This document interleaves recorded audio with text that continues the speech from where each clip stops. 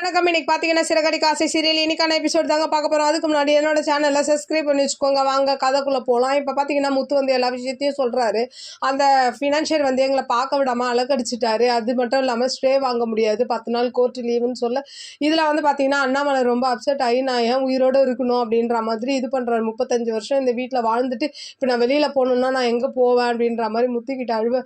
அப்போ மீனா சொல்றாங்க, எங்க வீட்டுக்கு வந்துருங்க அப்படின்ற மாரி சொல்லும்போது, அது விஜயா வந்து உங்க வீட்ல வந்து நான் தங்குறதுக்கு அப்படி ஒன்றும் தரம் தாழ்ந்து போயில்ல அப்படி இப்படின்ற மாதிரி பேசுகிறாங்க. அதுக்கு வந்து அண்ணாமலை பதிலுக்கு பேசி விடுறாரு. இதெல்லாம் கடன் வாங்கும் போது உனக்கு தெரிஞ்சிருக்கணும் அப்படி இப்படின்னு சொல்லிட்டு விஜயா கடைசி வரைக்கும் மீனா வீட்டுக்கு வரமாட்டேன்றாங்க.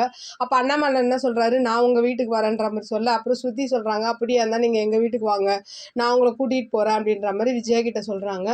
அப்போ விஜயாவும் ஒத்துக்கிறாங்க. அப்போ மனோஜ் கேட்குறாரு, என்ன மட்டும் விட்டுட்டு போறீங்கன்னும் போது, நீ போய் கடையில் தங்கு, நீ தானே கடன் வாங்கின அப்படின்ற மாதிரி முத்து சொல்லி விட்டுறாரு.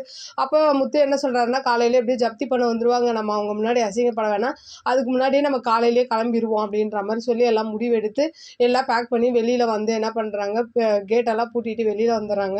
ஆனால் அண்ணாமலைக்கு மனசே இல்லாமல் அந்த வீட்டையே அப்படியே பார்த்துட்டு இருக்காரு. விஜயாவும் அப்படியே பார்த்துட்டு அழுகுறாங்க. அப்படியே ஆளுக்கு ஒரு ஒரு பக்கம் காரில் கிளம்பி அப்படியே போயிடுறாங்க. அப்போ வண்டியில் வந்து ஒரு மாதிரி மன கஷ்டமாக வந்து அண்ணாமலை வந்து முத்துக்கிட்ட பேசிக்கிட்டே வராரு.